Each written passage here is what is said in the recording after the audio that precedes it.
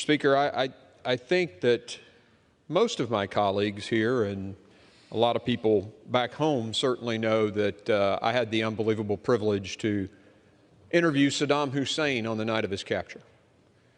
And as I was sitting there talking to Saddam Hussein, I asked him why he invaded Kuwait, and he gave me all these justifications about who owned which oil field. And then he held up the palm of his hand, and he pointed to the palm of his hand, and he said, you know, all of human civilization comes from the Tigris and Euphrates River. Every person on the planet is an Iraqi, and I'm the president of Iraq. What Saddam was saying is he was the king of the world. The thought struck me, how does a person get there? Well, the old adage came to mind that, you know, absolute power corrupts absolutely. When you concentrate power into the hands of fewer and fewer people, you get tyranny every time. In this case, one man.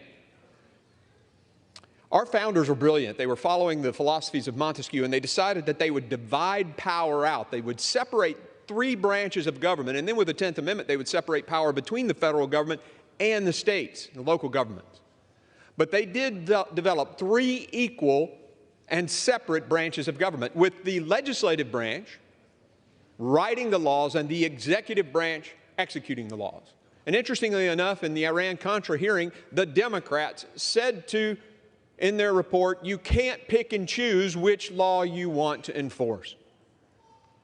It's also fascinating that, you know, here we are. They say it's about policy.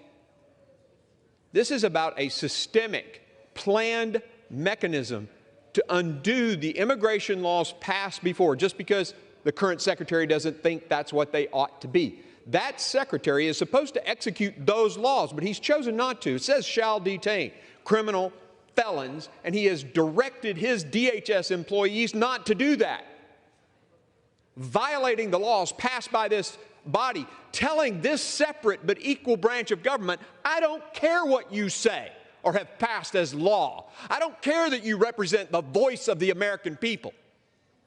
I'm the guy who knows the best way to do it, and I'm going to do it my way. That is the road to tyranny. That is power in one man's hands. And that is not what our Constitution says it's supposed to be. And he took an oath to that Constitution, to defend that Constitution that says this branch writes, that branch executes. He has violated his oath of office. He has subverted the laws that this body has passed and thus basically said, I don't care about the Congress. That is unacceptable.